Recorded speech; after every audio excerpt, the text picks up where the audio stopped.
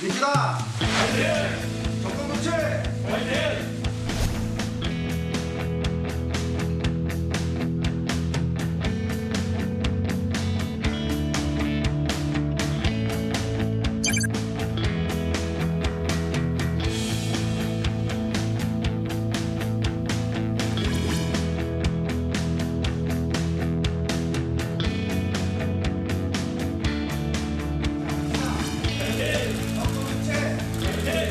가장 중요한 것은 대한민국을 나라답게 만들고 국민의 더 나은 삶을 만들 만한 역량 있는 집권 세력이 누구냐를 보여주는 것입니다.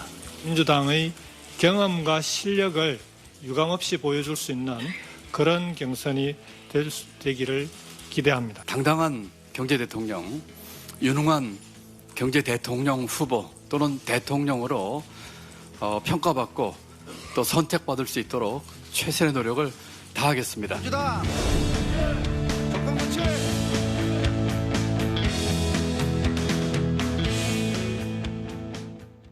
네, 여야 중진 의원들을 모셔서 현안에 대한 고견을 듣는 순서입니다.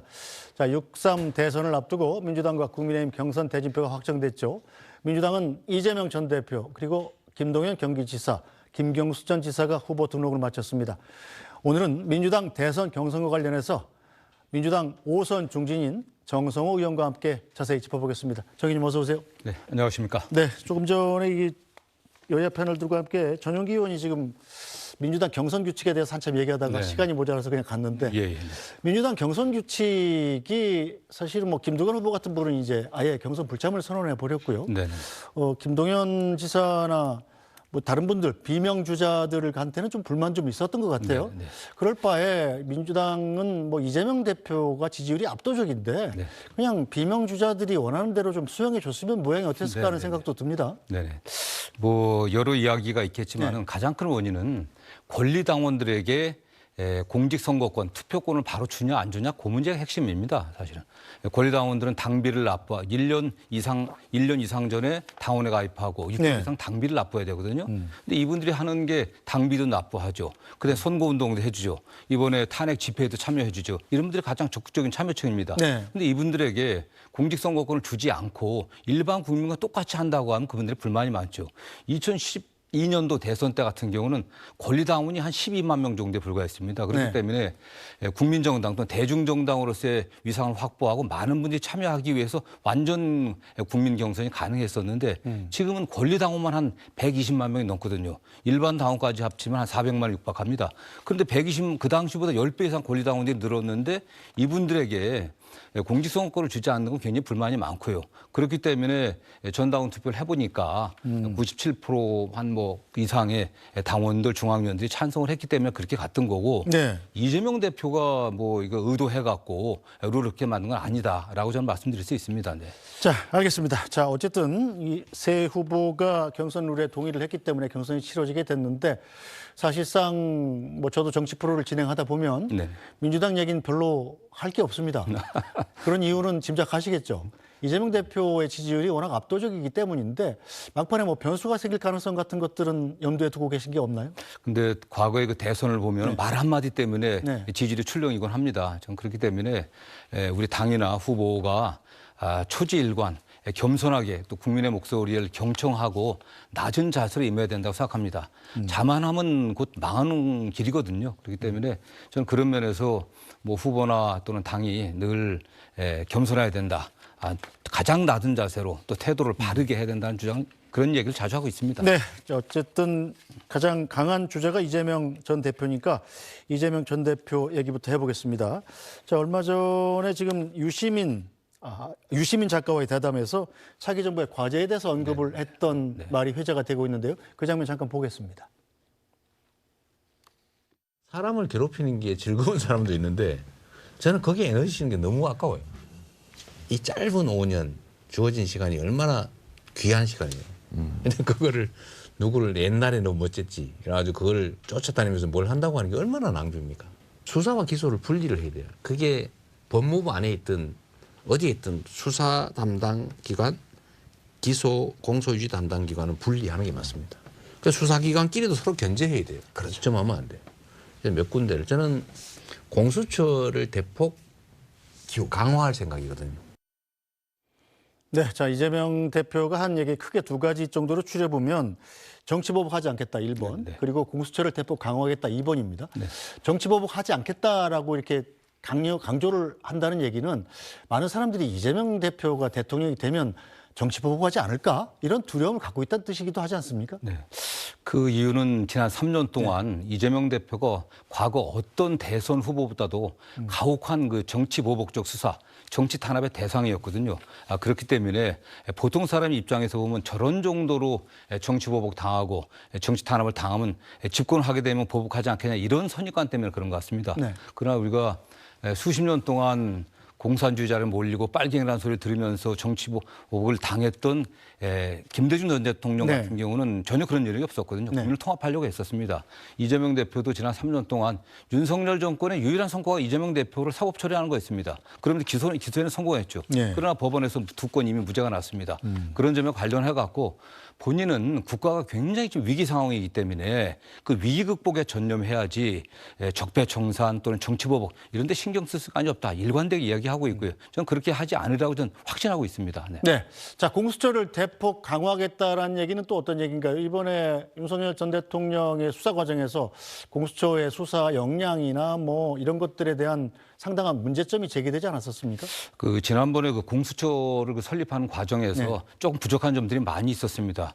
대통령이 불법 비상계엄을 벌여갖고서 대통령 수사한 이런 상황이 우리라고는 예상을 못했었거든요. 네. 그러다 보니까 대통령 수사에 관련된 관할권의 문제라든가 여러 가지 문제점들이 생겼는데 좀 정비한 후에 고위공직자를 최초에 설립할 때 목적이 있지 않습니까? 네. 검사를 비롯한 고위공직자들, 그다음에 기존의 수사기관이 수사를 못했던 그런 부분에 대해서 수사 역량을 모아서 수사를 하자, 부패를 청산하자 이런 의미였기 때문에 네. 저도 마찬가지로 고위공직자 수사처가 제대로 일할 수 있게 해야 됩니다.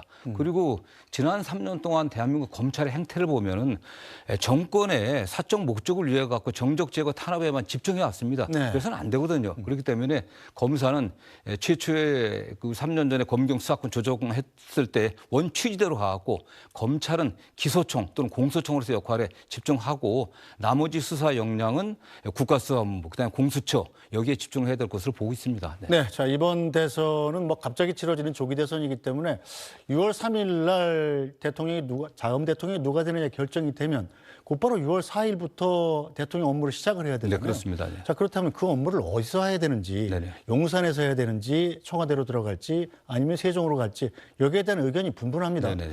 자, 민주당 쪽 생각은 뭔가요? 그 대통령이 바로 취임하게 되면은 그 순간부터 임무를 개시해야 되지 않겠습니까?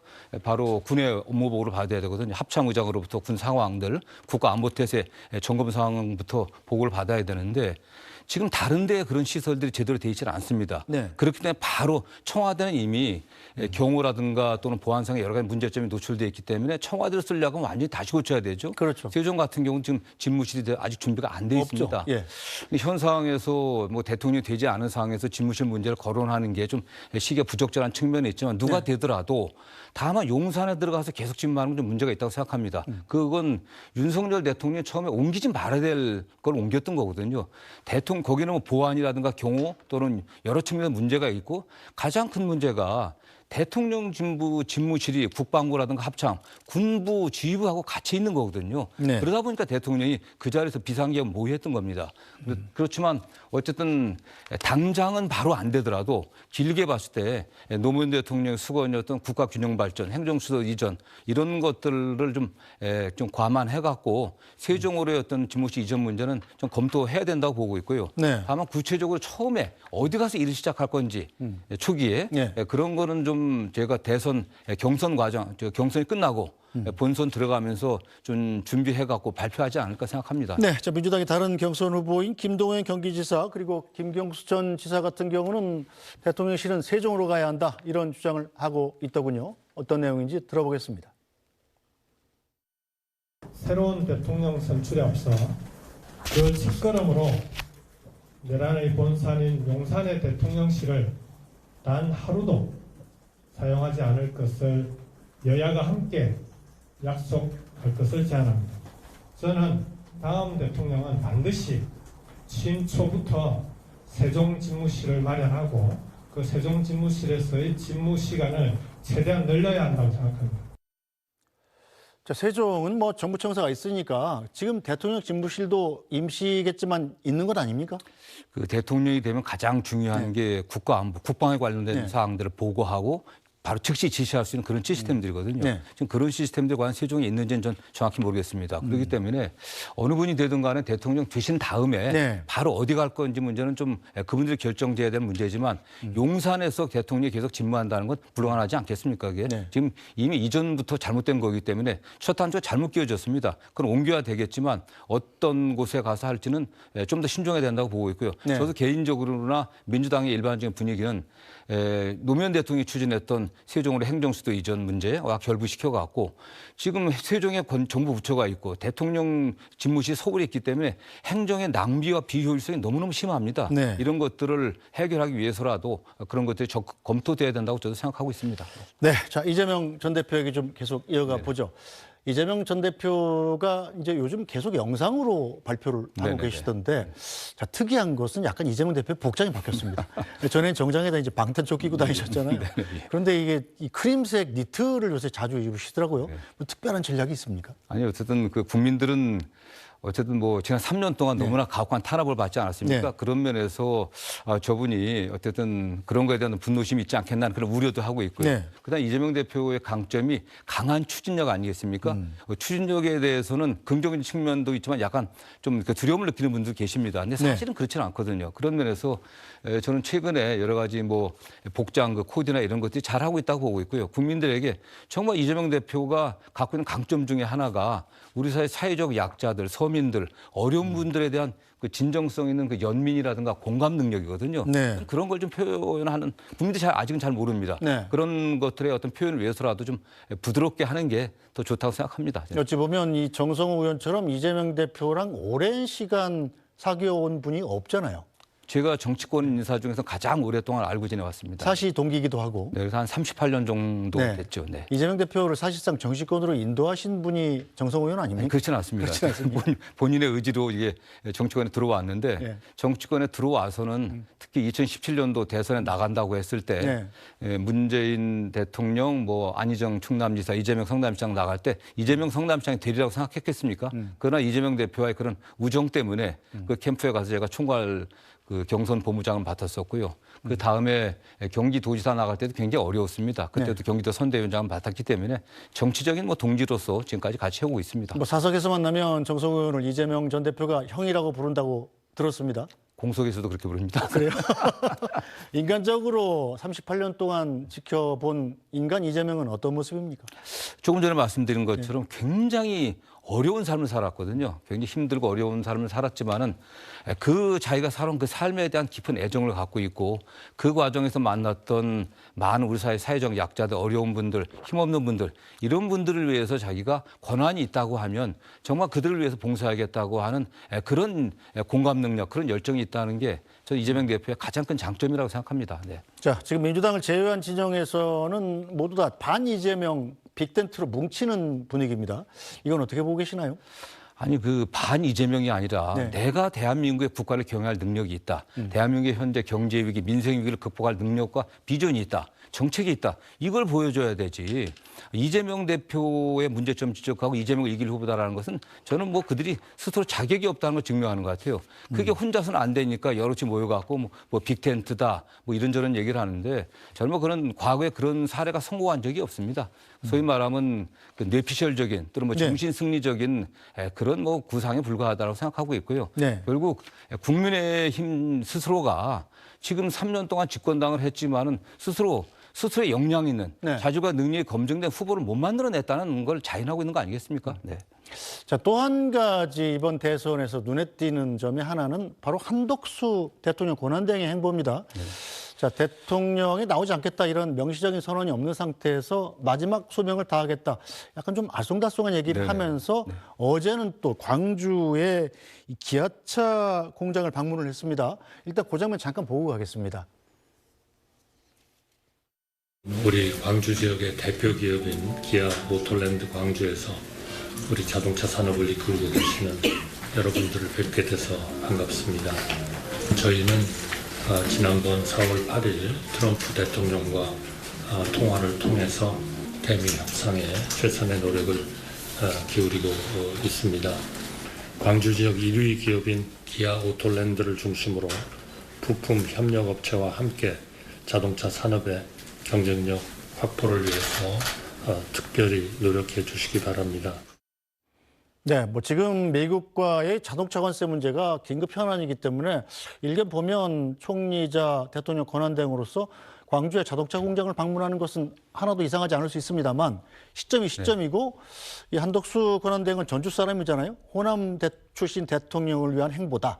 뭐 이렇게 해석하는 해석이 있더군요. 저는 그 최근에 그 한덕수 권한대행의 그 행보가 참 납득할 수가 없습니다. 지금 어떤 시기입니까? 그러니까 나라가 성장이 잘 이루어지고 경제가 안정됐다고 하면 뭐 괜찮습니다. 굉장히 어려운 시기 아니겠습니까? 트럼프 대통령의 지금 관세 전쟁 상황이고 국내 내수 기반이 무너져갖고 민생 경제가 너무너무 어렵습니다. 대통령이 고립된 상태입니다. 그렇다고 하면 대통령 권한대행으로서 민생과 경제 안정들, 그다음에 대미 관계 이런 문제에 집중을 해야 되죠. 그런데 지금 계속 간보기만 하고 있습니다. 나가면 나간다, 안 나가면 안 나간다 해야 되고요. 나간다고 하면 바로 권한대행에서 나와야 되죠. 나와갖고 경제부총리가 책임 있게 일을 추진해야 되는 건데 지금 그런 상황이 아닙니다. 지금 사실은. 그러면서 이런 행태를 지금 보고 있는 것은 너무나 문제점이 크다고 보고 있고요.